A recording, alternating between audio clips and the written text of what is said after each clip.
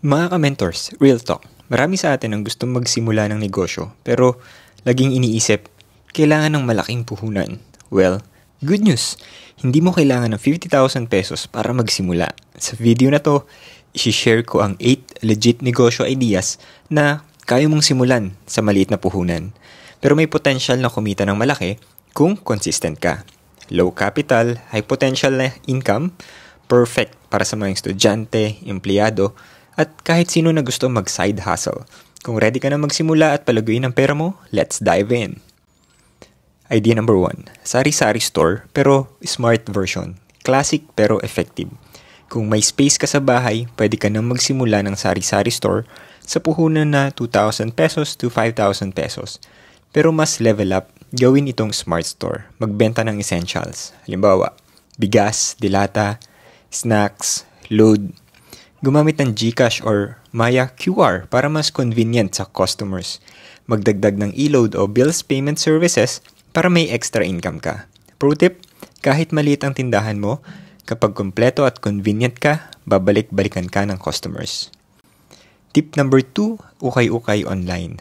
Kung mahilig ka sa damit at marunong pumili ng magaganda at murang items, perfect sa'yo ang ukay-ukay online business. Yung puhunan, 3,000 to 5,000 pesos. Bumili ng bulto ng pre-loved clothes, ayusin at linisin, tapos ibenta mo sa Facebook Marketplace, Shopee, o TikTok Live. Pro tip, live selling is the game changer ngayon. Kapag engaging ka at marunong ka magbenta on cam, pwedeng maubos ang paninda mo in just one session. Idea number 3, online reselling or dropshipping. Isa sa pinakamadaling simulan na negosyo, magbenta ng trending products sa Shopee, Lazada, o TikTok Shop. Yung puhunan mo, 1,000 to 5,000 pesos lang. Pwede kang bumili ng maliit na stock para makapagbenta agad. Pero kung ayaw mo ng inventory at hassle sa shipping, dropshipping yung sagot dyan. Supplier na ang bahala sa packing at delivery, ikaw lang ang magpo-promote. Pro tip, humanap ng mabilis mag-deliver na local supplier para laging 5-star reviews ang makuha mo. Business idea number 4, print-on-demand business. Kung mahilig ka sa design o gusto mo ng unique merch, perfect sa'yo ang print-on-demand. Puhunan, 0 to 1,000 pesos lang. Pang sample lang, mag-design ka ng t-shirts, mags, tote bags, o stickers gamit ang Canva. Kapag may umorder, supplier na magpiprint at mag-ship. Pro tip, create funny, relatable, or aesthetic designs. Isang viral design lang, pwedeng kumita ka agad ng malaki. Idea number 5, home-based food business. Kung marunong ka magluto o mag-bake, pwede mong gawing negosyo ang talent mo sa pagkain. Yung puhunan mo, 2,000 to 5,000 pesos, pwedeng baked goods, ulam packs, party trays, or even milk tea at home. Bonus tip, ang sikreto, social media content. Post ka ng mouth-watering photos at short TikTok, FB Reels habang niluluto o binabalot ang orders. Mas mataas ang chance na mag-viral at maubos agad ang stocks mo. Idea number 6, freelance services or skills-based. Kung may skills ka, writing, video editing, graphic design, bookkeeping, social media management, pwede mo nang pagkakitaan yan online. Yung puhunan, 0 peso to 3,000 pesos. Optional lang kung gusto mong mag-upskill or bumili ng tools. How to start? Gumawa ng simple portfolio sa Canva o Notion. Libre lang yan. Mag-apply sa Fiverr, Upwork, o onlinejobs.ph. Mag-offer ng mura, affordable rates para makakuha ng clients at reviews. Ang kagandahan nito, pwede mong simulan part-time tapos gawing full-time income kapag marami ka ng clients. Kung gusto mong ma-manifest na magkaroon ng maraming clients sa side hustle mo, click mo yung video. Yan. To practice lang yung taking action. Next idea, digital products. Kung may alam ka sa isang topic, finance, fitness, academics, marketing, pwede mong gawing negosyo ang knowledge mo. Puhunan, 0 to 2,000 pesos. Gumawa ka ng ebook, ng planner o template gamit yung Canva, tapos ibenta sa Shopee, Gumroad o social media.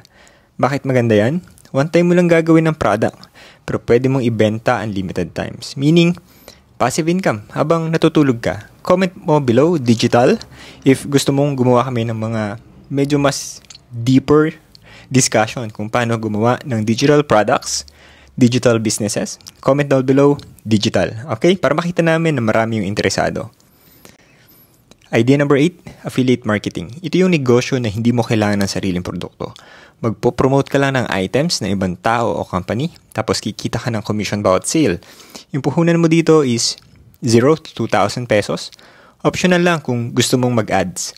Pwede kang mag-apply sa Shopee, Lazada, affiliate programs, Involve Asia o Amazon.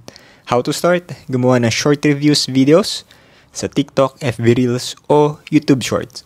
Maglagay ng affiliate link sa bio o description. Kapag may bumili, gamit ang link mo. Cha-ching! The best part, zero inventory, zero shipping hassle, content creation lang. Again, comment down below if gusto mong gumawa kami ng affiliate marketing videos na libre para makita namin kung alin yung mas interesado kayo. Okay? And don't forget to subscribe para pag available na yung video na yun, manonotify ka. Bye! Don't forget to hit that notification bell after you subscribe, okay? Alright, kung iniisip mo na kailangan ng malaking capital para magsimula ng negosyo, sana napatunayan ng video na ito na hindi totoo yan. Recap tayo. Number 1, sari-sari store pero yung smarter version. Next, ukay-ukay online. Sunod, online reselling, dropshipping. Next, print-on-demand business. Next, home-based food business. Freelance services. Digital products, affiliate marketing. Ang importante, magsimula ka muna. Kahit maliit lang. Kasi ang pinakamahal na negosyo, yung negosyo na hindi mo sinimulan. By the way, may free gift ako para sa'yo. I-access mo yung Filipino Wealth Starter Kit. Bisitahin mo lang philmentors.com/free. Mag-upload kami dyan ng mga negosyo idea guide, tracker, templates, checklist, para mas mapabilis yung growth ng business mo. Kung gusto mo pa ng tips para umasenso, again, don't forget to like this video, subscribe, and share mo sa friends mo, and important sa partner mo, kasi mas maganda kung nagkakaintindihan kayo sa path ng pag-build ng negosyo mo. And then, remember, start small, learn fast, and grow big. Visit philmentors.com/free. Automatically magiging member ka ng online community ng mga Filipino na gustong matuto about paghawak ng pera, pagnenegosyo, and even personal development. All for free. Okay? See you. Kita-kits tayo doon. Next, of course, disclaimer. Mga ka-mentors, lahat ng tips at ideas na shinare ko sa video na ito ay para lamang sa educational at informational purposes. I'm not a licensed financial advisor or business consultant. Results will always depend on your own effort, consistency, at strategy. Bago ka gumawa ng malaking financial o business decision, mag-research ka muna o kumonsulta sa mga licensed professionals para sa tamang guidance. At the end of the day, ikaw pa rin na may control at responsable sa negosyo at pera mo. See you on my next video.